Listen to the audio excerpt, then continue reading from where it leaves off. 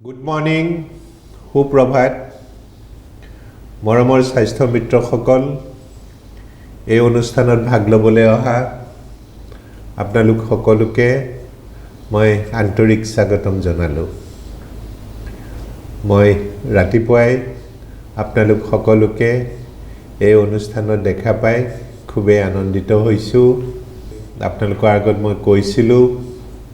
যে বিভিন্ন ধৰণৰ ৰোগৰ শৰীৰৰ অংগ প্ৰত্যংগবিলাক ৰোগত আক্ৰান্ত হ'লে কি হ'ব পাৰে, তাৰ লক্ষণবিলাক কেনেকুৱা হ'ব পাৰে, উদ্দেশ্যটো আছিল সেইবিলাক যদি আমি সকলোৱে জানো, ৰাইজকো যদি আমি জনাওঁ, তেতিয়াহ'লে ৰোগ আৰম্ভ হোৱাৰ লগে লগে তেওঁলোকে ইয়াৰ চিকিৎসাৰ ব্যৱস্থা কৰিব পাৰিব। তেতিয়াহ'লে ৰোগ সোনকালে আৰোগ্য হয়,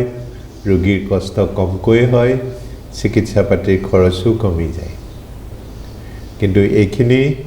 ৰাইজৰ মাজত প্ৰচাৰ কৰিবৰ কাৰণে আপোনালোকক ঘৰে ঘৰে যোৱাৰ কথা কৈছিলোঁ। আমাৰ স্বাস্থ্য মিত্ৰসকল হ'ল ৰাইজৰ স্বাস্থ্যৰ মিত্ৰ, স্বাস্থ্যৰ বন্ধু। তেওঁলোকক ভালে ৰখাটোৱেই হ'ল আমাৰ মুখ্য উদ্দেশ্য। গতিকে এই যিখিনি কথা মই আপোনালোকক ক'বলৈ ক'লোঁ, এইখিনি তাৰ ভিতৰতে পৰে। আৰু এই কথাখিনি ক'বলৈ যাওঁতে তেওঁলোকে কোনেও বেয়া নাপায়। লগতে আজি দুদিনমান আগতে মই কৈছিলোঁ নহয় যে নিৰোগী আৰু স্বাস্থ্যৱান হৈ থকাৰ আৰু বিভিন্ন কথাৰ কেইটামান, সেইকেইটাও লগতে উল্লেখ কৰিব। কি কৈছিলোঁ? যে ঘৰখন বাৰীখন পৰিষ্কাৰ পৰিচ্ছন্নকৈ ৰাখিব, মহ মাখি কমকৈ হ'ব, তেতিয়া মেলেৰিয়া, টাইফইড, জণ্ডিছ, লগতে ডেংগু ফিভাৰ,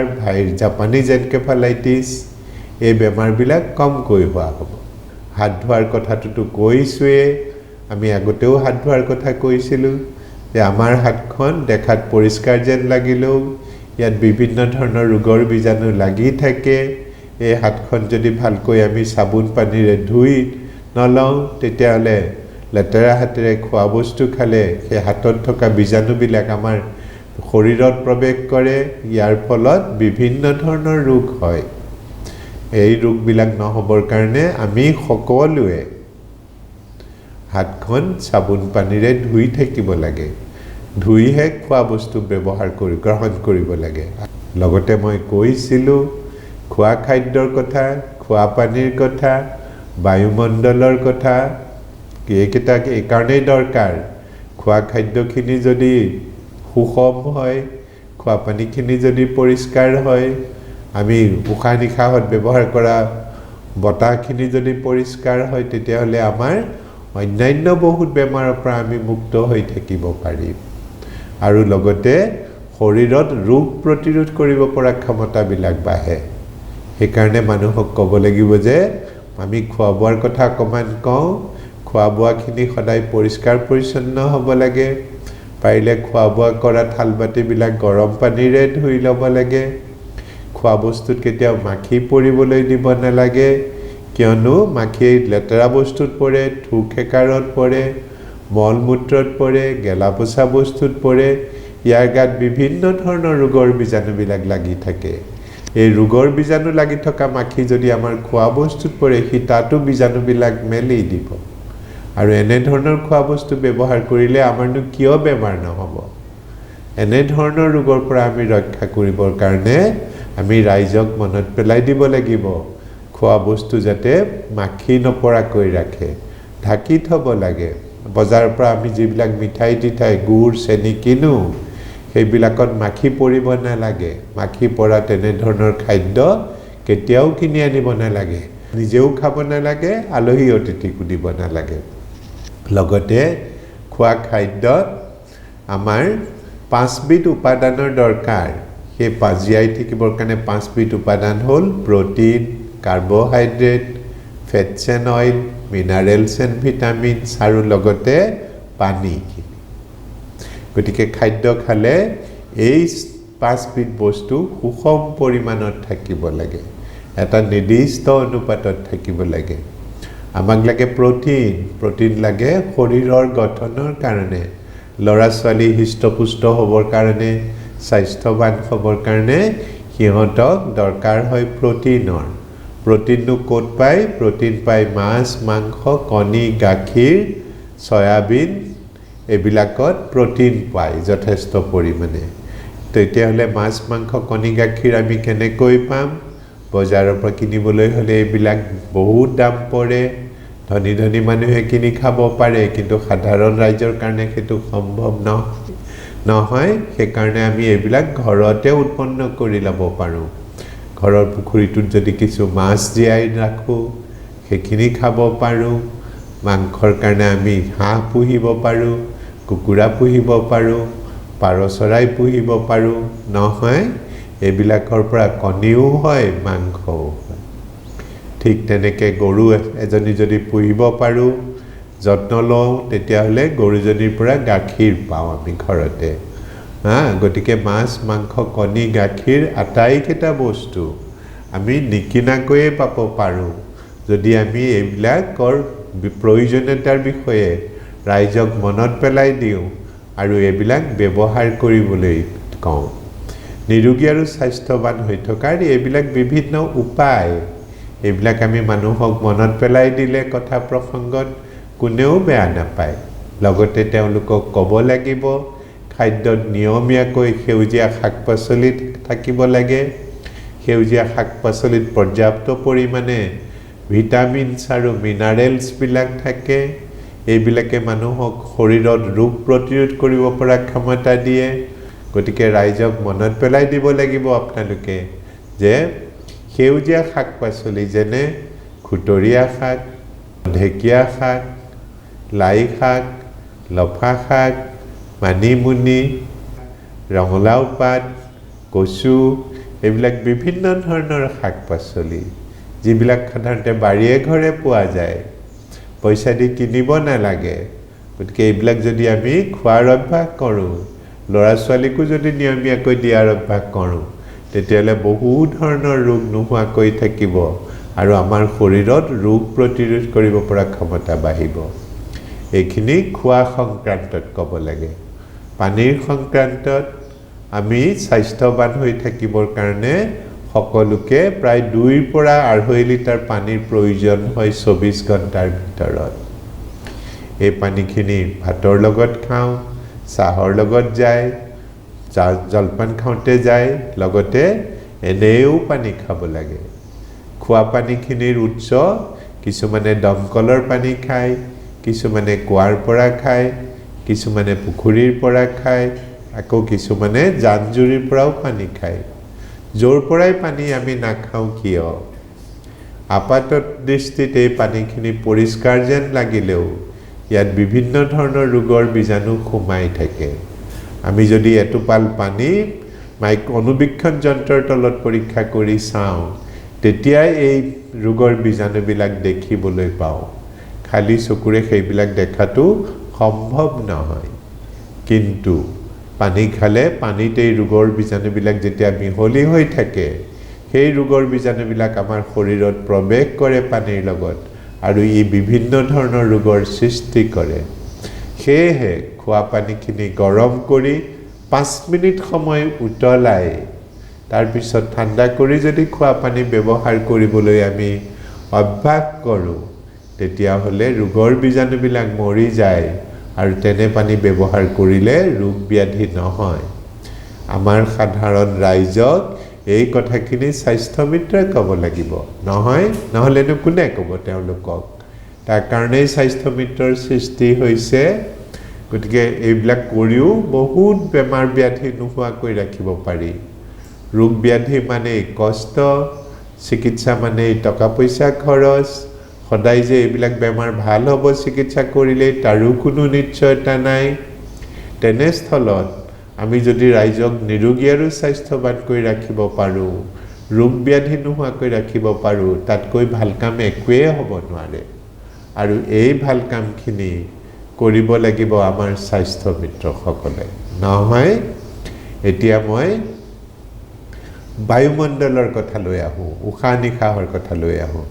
আমাক জীয়াই থাকিবৰ কাৰণে খাদ্য লাগে আমাক জীয়াই থাকিবৰ কাৰণে পানী লাগে আমাক জীয়াই থাকিবৰ কাৰণে অম্লজান বা অক্সিজেন লাগে এই তিনিটা বস্তু নহ'লে আমি জীয়াই থাকিব নোৱাৰোঁ অক্সিজেন ইয়াৰ ভিতৰত সবতকৈ প্ৰয়োজনীয় কিয়নো 5 মিনিট যদি আমি উশাহ নিশাহ নোলোৱাকৈ থাকিব লগা হয় আমি জীয়াই বাচিয়ে নাথাকিম কিন্তু পানী নোখোৱাকৈ হয়তো 2-3 দিন থাকিব পৰা যাব ভাত নোখোৱাকৈ হয়তো সপ্তাহ 10 দিন কটাই দিব পৰা যাব কিন্তু অক্সিজেন নোহোৱাকৈ আমি 5 মিনিটো থাকিব নোৱাৰোঁ ই ইমানেই প্ৰয়োজনীয় উশাহত আমি অক্সিজেন গ্ৰহণ কৰোঁ বায়ুমণ্ডলৰ পৰা নিশাহত শৰীৰৰ ভিতৰত উৎপন্ন হোৱা কাৰ্বন ডাই অক্সাইড আৰু সালফাৰ বিলাক আমি এৰি দিম কিন্তু আমি দেখিছোঁ যে এই প্ৰকৃতিত জীৱ-জন্তু মানুহৰ সংখ্যা বাঢ়িছে গছ-গছনিৰ সংখ্যা কমিছে ইয়াৰ ফলত বায়ুমণ্ডলত অক্সিজেনৰ পৰিমাণ কমি গৈছে কাৰ্বন ডাই অক্সাইড আৰু সালফাৰৰ পৰিমাণ বাঢ়িছে কাৰ্বন ডাই অক্সাইডক শোষণ কৰে গছ-গছনিয়ে আৰু গছ-গছনিয়ে এৰি দিয়ে অক্সিজেন গছ-গছনি কমিলে স্বাভাৱিকতে অক্সিজেন কমি যাব নহয় মানুহৰ সংখ্যা বাঢ়িলে বেছি অক্সিজেন ব্যৱহাৰ হ'ব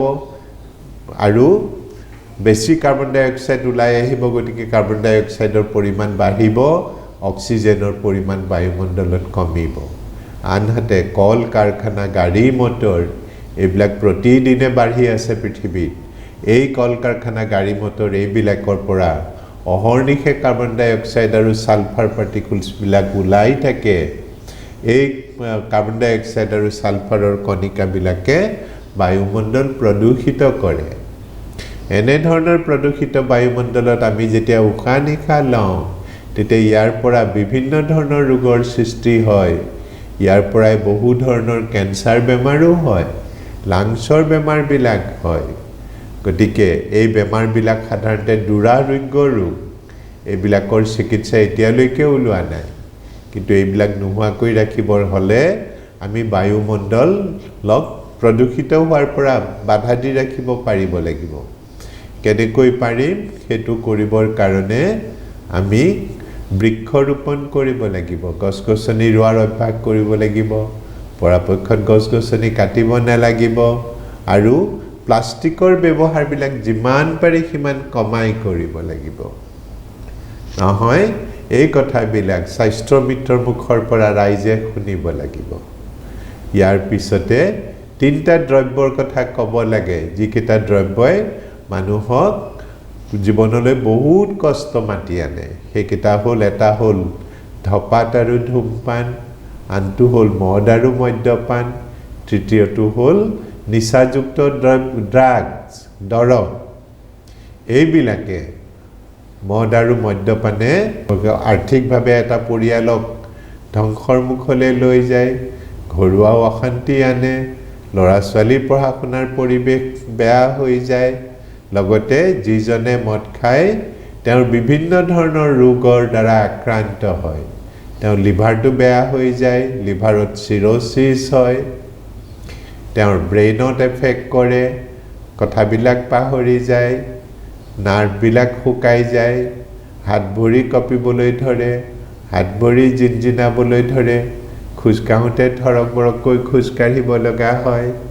উচ্চ ৰক্তচাপ হয় হাৰ্টটো দুৰ্বল হৈ যায়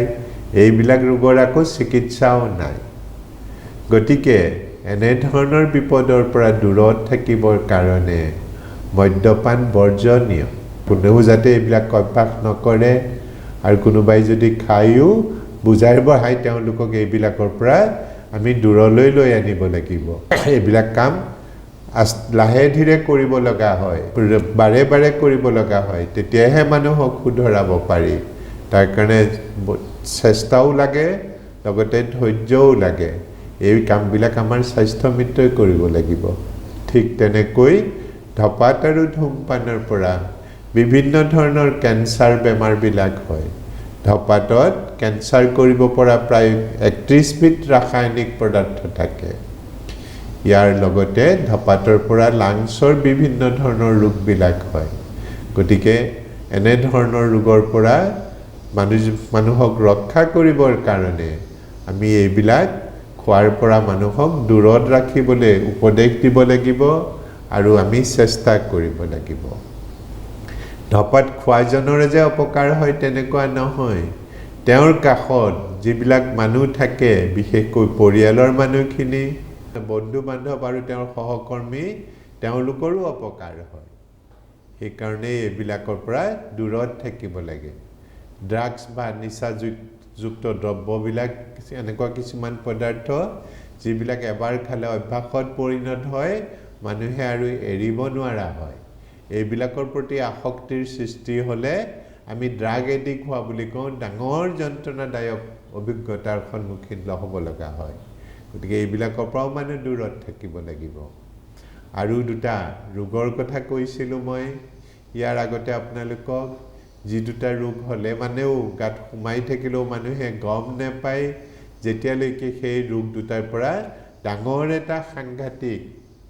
দুৰ্ঘটনা নহয় মই কৈছোঁ আপোনালোকক ব্ৰেইনৰ ষ্ট্ৰোক হাৰ্টৰ এটেক কিডনি ফেইলৰ এইবিলাক মাৰাত্মক বেমাৰ এইবিলাক ৰোগৰ চিকিৎসা কৰিলেও সব ৰোগী আজিলৈকে ভাল হৈ উঠা নাই আৰু চিকিৎসাবিলাকো অত্যন্ত ব্যয়বহুল এনে ধৰণৰ ৰোগত যদি সাধাৰণ মানুহ আক্ৰান্ত হয় তেওঁলোকৰ অথাই সাগৰত পৰাৰ দৰে হয় কিন্তু এইবিলাক বেমাৰ নোহোৱাকৈ ৰাখিবৰ কাৰণে আমি দুটা ৰোগৰ বিষয়ে বিশেষকৈ সাৱধানতা অৱলম্বন কৰিব লাগে সেই দুটা হ'ল উচ্চ ৰক্তচাপ আৰু মধুমেহ ৰোগ আপোনালোকক গড়ে প্ৰায় 2000 মান মানুহৰ দায়িত্ব দিয়া হৈছে এই 2000 মানুহৰ ভিতৰত কমেও 400 মানুহৰ উচ্চ ৰক্তচাপ আছে আৰু 200 মানুহৰ মধুমেহ ৰোগ আছে এই 400 মানুহক আপোনালোকে বিচাৰি উলিয়াব লাগিব এই 200 মানুহক আপোনালোকে এটানে 400 প্লাস 200 600 তাৰে কিছুমানৰ দুইটাই একেলগে থাকিব পাৰে বিচাৰি উলিয়াই তেওঁলোকক এই ৰোগবিলাক নিয়ন্ত্ৰণত সহায় কৰি দিব লাগিব জিএনআৰচিৰ সহযোগত যদি এটো কৰিব পাৰে তেওঁলোকৰ ষ্ট্ৰোক নহব তেওঁলোকৰ হাৰ্ট এটেক নহব তেওঁলোকৰ কিডনি ফেইলৰ নহব গতিকে এইবিলাক হ'ল বৰ ডাঙৰ কাম স্বাস্থ্য মিত্ৰই এইবিলাক কৰিব লাগিব যেতিয়া তেওঁলোকৰ ঘৰে ঘৰে যাব এইবিলাক কথা ক'লে কোনেও বেয়া নাপায় গতিকে শংকা কৰিব নালাগে লগতে কেনেকৈ নিৰোগী আৰু স্বাস্থ্যৱান হৈ থাকিব পাৰি আৰু তেওঁলোকক ক'ব লাগিব যে জিএনআৰচিত কিছুমান বিশেষ সুবিধা আছে যিবিলাক সুবিধা গ্ৰহণ কৰি আপোনালোকে অসুখ বিসুখ হ'লে উপকৃত হ'ব পাৰিব সেই কথাখিনিও আমাক কৈ যাবলৈ দিছে উদাহৰণ স্বৰূপে এতিয়া আমি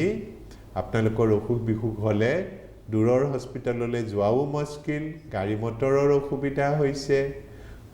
বহুত পাঁচটা পাৰমিশন ল'ব লাগে গতিকে আমি টেলিমেডিসিন বুলি এটা প্ৰযুক্তি বিজ্ঞান বিদ্যালয় আপোনালোকৰ ঘৰলৈ আহিম তেতিয়া সেইটোৰ সহায়ত আপোনালোকে ইয়াৰ পৰাই ডাক্তৰৰ পৰামৰ্শ ল'ব পাৰিব সেই কথাটো কৈ আহিব কিমান ভাল কথা নহয় ইমান দূৰখন নহাকে হৈ যাব কামবিলাক ক'ব যে আমি টেলিমেডিসিনৰ সুবিধাখিনি লৈ আপোনালোকৰ ঘৰলৈ আহিম কাৰবাৰ যদি অসুখ বিসুখ থাকে এই টেলিমেডিসিনৰ সহায়ত আপোনালোকে ঘৰত থাকিয়ে আমাৰ জিএনআৰচিৰ চিকিৎসকৰ পৰামৰ্শ ল'ব লাগিব এতিয়া কৈ থব লাগিব তেওঁলোকক এক নম্বৰ কথা দুই নম্বৰ কথা কিবা কাৰণত যদি জিএনআৰচিত যাব লগা হয় তেতিয়াহ'লে জিএনআৰচিত বহুত বিলাক আপোনালোকৰ নিচিনা ৰোগীৰ মানুহৰ কাৰণে সুবিধা কৰি থৈছে কিনো সুবিধা তাত যদি ডাক্তৰক ওপিডিত দেখুৱাব লাগে ওপিডিত দেখুৱাৰ পঞ্জীয়নৰ পইচাও দিব নালাগে ডাক্তৰৰ ফিজো দিব নালাগে তাত যেতিয়া পৰীক্ষা নিৰীক্ষা কৰিবলৈ দিয়ে পৰীক্ষা নিৰীক্ষাবিলাক আন হস্পিটেলৰ তুলনাত বহুত কম খৰচত কৰি দিয়াৰ সুবিধা কৰি থৈছে যেনে বেলেগত সিটি স্ক্যান এখন কৰিলে যদি 3000 পৰা 5000 টকা খৰচ হয় জিএনআৰচিত সেই সিটি স্ক্যানখন আপোনালোকে 900 টকাতে কৰিব পাৰিব বেলেগত এমআৰআই পৰীক্ষা এটা মূৰৰ কাৰণে কৰিলে প্ৰায় 8000ৰ পৰা 15000 টকা খৰচ হয় আমাৰ জিএনআৰচিত আমি আপোনালোকক মূৰৰ এমআৰআই বিলাক 2500 টকাত আৰু কমৰ বা শৰীৰৰ অন্য অংশৰ এমআৰআই বিলাক 5000 টকাত কৰি দিয়াৰ ব্যৱস্থা ৰখা হৈছে বহুতখিনি পইচা আপোনালোকৰ বাছি যাব তেনেকৈ হাৰ্টৰ অসুখৰ কাৰণে প্ৰয়োজন হোৱা এনজিঅ'গ্ৰাফি বোলা পৰীক্ষাটো বেলেগত কৰিলে প্ৰায় 18-20,000 টকা লাগে। GNRCত সেই পৰীক্ষাটো 5,500 টকাতে কৰি দিব পাৰিব। অকল সেয়ে নহয়, বিভিন্ন অপাৰেশ্যনবিলাক বেলেগ হস্পিটেলৰ তুলনাত আধাতকৈও কম খৰচত GNRCত কৰিব পাৰি। এইবিলাকে আপোনালোকক বহুত সহায় কৰিব। লগতে অটল অমৃত আৰু আয়ুষ্মান ভাৰত এই কাৰ্ড দুখন যাৰ যাৰ আছে, সেই কাৰ্ড দুখনৰ সহায়ত নগদ ধন নিদিয়াকৈ সেই ৰোগটো নিৰ্ণয় কৰাৰ পিছত ভৰ্তি হোৱা সময়খিনিত আপোনালোকে চিকিৎসালয় ঘূৰি আহিব পাৰিব। এইটো এটা ডাঙৰ সুবিধা।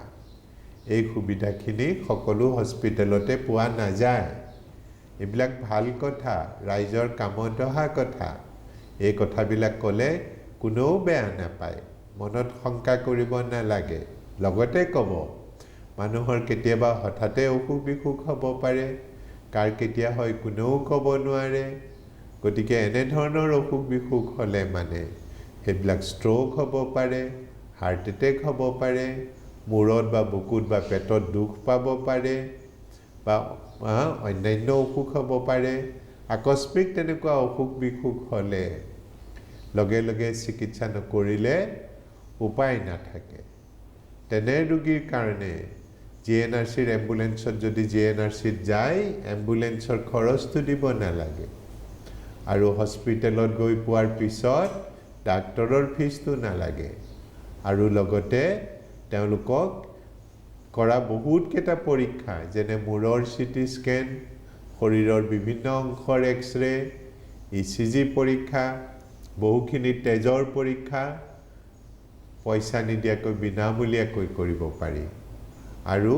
এনেধৰণৰ ৰোগীৰ কাৰণে প্ৰয়োজনীয় প্ৰায় 38বিধ দৰৱ আৰু চিকিৎসাৰ সামগ্ৰী প্ৰথম 24 ঘণ্টাৰ কাৰণে বিনামূলীয়াকৈ দিয়া যায়, যাৰ ফলত ৰোগীজনৰ বহুতখিনি সুবিধা হয়।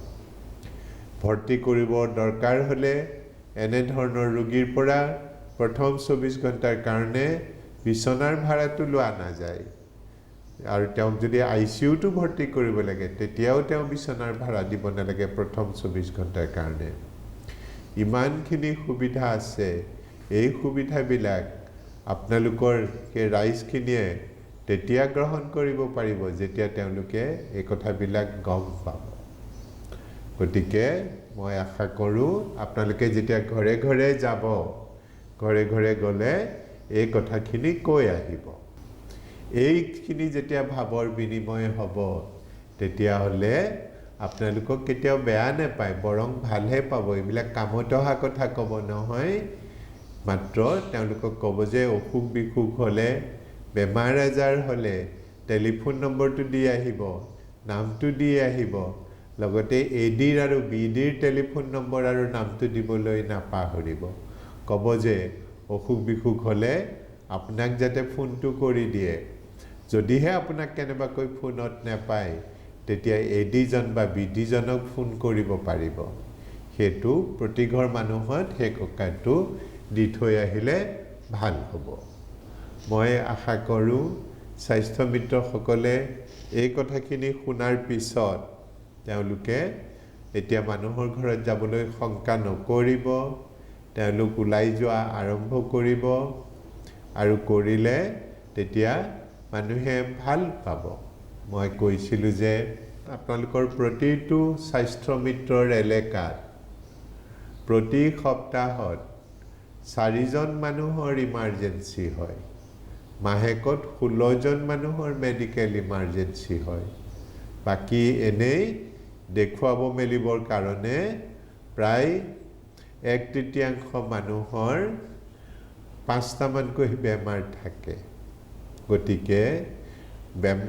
অসুখৰ শেষ নাই, মানুহৰ বহুত অসুবিধা হৈ থাকে।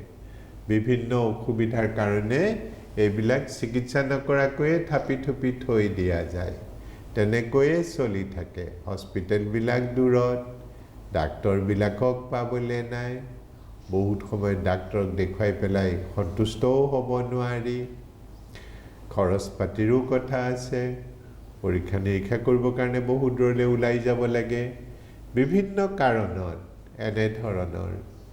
আমাৰ সাধাৰণ মানুহখিনিৰ অসুখ বিসুখ হ'লেও গাতে থাপি থুপি থৈ দিয়ে যেতিয়ালৈকে সহ্য কৰিব পৰা হৈ থাকে কিন্তু স্বাস্থ্য মিত্ৰসকলৰ সহায়ত তেওঁলোকে এইবিলাকৰ চিকিৎসা কৰি তেওঁলোকে আৰোগ্য লাভ কৰিব পাৰে বহুতবিলাক বেমাৰ আৰম্ভণিতেই চিকিৎসা নকৰাৰ কাৰণে যেতিয়া তেওঁলোকে সহ্য কৰিব নোৱাৰি ডাক্তৰৰ ওচৰত আহে তেতিয়া দেখা যায় যে চিকিৎসাৰ সময় পাৰ হৈয়ে গৈছে ৰোগে জটিলতৰ ৰূপ ধাৰণ কৰিছে ইয়াৰ ফলত ৰোগীৰ কষ্ট হয় ভাল হওঁতে সময় লাগে চিকিৎসা পাতিৰ খৰচ পাতি বাঢ়ি যায় আৰু বহু সময়ত যেনে ধৰণে ৰোগটো ভাল হৈ উঠিব লাগিছিলে তেনেধৰণে হৈ নুঠিবও পাৰে এইবিলাক সাধাৰণতে হয় ৰোগৰ চিকিৎসা পলমকৈ আৰম্ভ হোৱাৰ কাৰণে কিন্তু এইবিলাকৰ পৰা আমি আমাৰ মানুহক ৰক্ষা কৰিব পাৰি যদি আমি তেওঁলোকক এই কথাবিলাক কওঁ আৰু কৈ পেলাই তেওঁলোকক আৰম্ভণিতে সহায় কৰি দিওঁ মই কথা প্ৰসংগত কৈছিলোঁ যে বেমাৰ আজাৰ হ'লে মানুহে কেতিয়া আপোনালোকক ক'ব যেতিয়া মানুহে আপোনালোকক ভাল পাব বা মৰম কৰিব বিশ্বাস কৰিব গতিকে মানুহে ভাল পাবৰ কাৰণে মৰম কৰিবৰ কাৰণে বিশ্বাস কৰিবৰ কাৰণে প্ৰথমতে আমি মানুহক ভাল পাব লাগিব আমি মানুহক মৰম কৰিব লাগিব আমি মানুহক বিশ্বাস কৰিব লাগিব নহয় আৰু সেই কামটো আৰম্ভ কৰিবৰ কাৰণে স্বাস্থ্য মিত্ৰ প্ৰথমতে মানুহৰ ঘৰত যাবই লাগিব লকডাউনৰ সময়ত আমি কৈছিলোঁ যে ঘৰে ঘৰে যোৱাটোত বাধা নিষেধ আছে এতিয়া তোমালোকে যাব নালাগে এতিয়া টেলিফোন যোগে তেওঁলোকৰ লগত কথা বতৰা পাতিবা কিন্তু এতিয়া যেহেতু লকডাউন উঠি গৈছে মানুহে ইঘৰে সিঘৰৰ ঘৰত যাব পাৰিব কিন্তু যাওঁতে মাস্কখন পিন্ধি যাব লাগিব আৰু যাওঁতে তেওঁলোকে যেতিয়া ইঘৰত যায় সিঘৰত যায় তেওঁলোকে সামাজিক দূৰত্বটো বজাই ৰাখিব লাগিব আৰু হাঁচি মৰা আৰু কাহ মৰাৰ সময়ত সামাজিক শিষ্টাচাৰটো পালন কৰিব লাগিব তেতিয়াহ'লে তেওঁলোকে বেয়া নাপায় তেওঁলোকৰ ভাল বেয়াৰ খা খবৰ ল'ব কুশল বাৰ্তা সুধিব কি পালন কৰিব লাগে কৰোনা ভাইৰাছৰ সংক্ৰান্তত সেইকেইটা কথা মনত পেলাই দিব চৰকাৰৰ নীতি নিয়মবিলাক উলংঘা নকৰিবৰ কাৰণে অনুৰোধ কৰিব লগতে তেওঁলোকক কেনেকৈ নিৰোগী আৰু স্বাস্থ্যৱান হৈ থাকিব পাৰি তাৰ বিষয়ে ক'ব আৰু JNRCত থকা সুবিধাবিলাকৰ বিষয়ে ক'ব এটা কথা মাত্ৰ ক'বলৈ থাকি গৈছে সেইটো হৈছে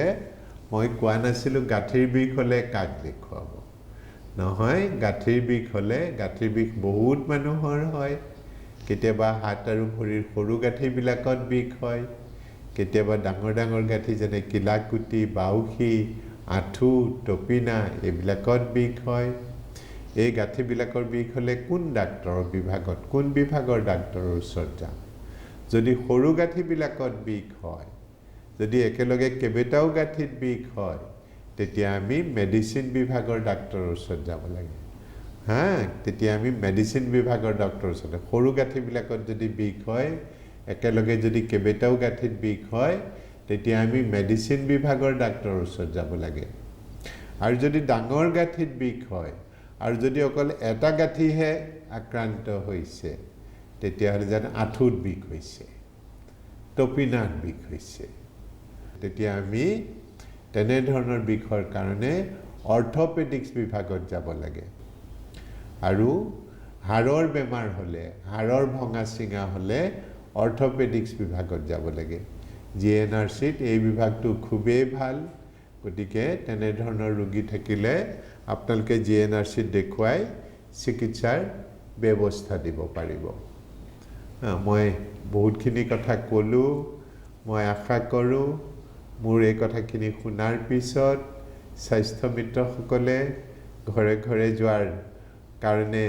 সাহসখিনি গোটাব পাৰিব আত্মবিশ্বাসখিনি ঘূৰি আহিব আপোনালোকে ৰাইজক সহায় কৰিবলৈ গৈছে ভাল কথা ক'বলৈ গৈছে এইবিলাক কথা ময়ো কৈ আছোঁ আৰু বহুত মানুহে কৈ আছে টেলিভিশ্যনটো খুলিলে এনেকুৱা কথাই ওলায়, টিভিটো খুলিলে এনেকুৱা কথাই ওলায়। এতিয়া আমাৰ স্বাস্থ্য মিত্ৰসকলে ব্যক্তিগতভাৱে ঘৰে ঘৰে গৈ এইবিলাক কথা ক'ব, যাতে মানুহে এইবিলাক মন দি শুনে। গতিকে এইবিলাক আপোনালোকৰ সমাজ সেৱাৰ কাম। এই সেৱা কৰিবলৈ গ'লে ভয় খোৱাৰ বা শংকাবোধ কৰাৰ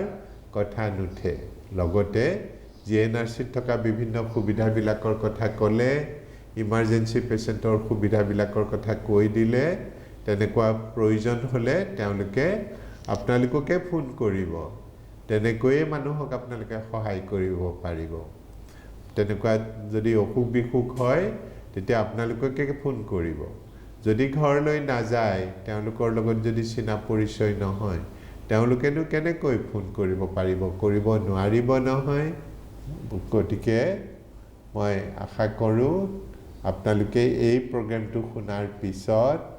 আপোনালোকে ঘৰে ঘৰে যোৱাটো আৰম্ভ কৰিব। আৰম্ভ কৰি কিবা যদি ক'ৰবাত অসুবিধা পাইছে তেতিয়াহ'লে আপোনালোকৰ এডিসকলক ক'ব। এডিসকলৰ পৰা বিডিসকলে জানিব পাৰিব। গতিকে আপোনালোকৰ যদি অসুবিধা কিবা থাকে সেইবিলাক লুকুৱাই নাৰাখিব। আপোনালোকে সেই কথাবিলাক তেওঁলোকক জানিবলৈ দিব, যাতে সেইবিলাক আমাৰ ওচৰলৈ আহে। মই আজিলৈ ইমানতে সামৰিব বিচাৰিছোঁ। আপোনালোকৰ সকলোৰে মই ভাল আৰু উন্নতি কামনা কৰি মই মোৰ কোৱাখিনি ইমানতে সামৰিলোঁ। ধন্যবাদ।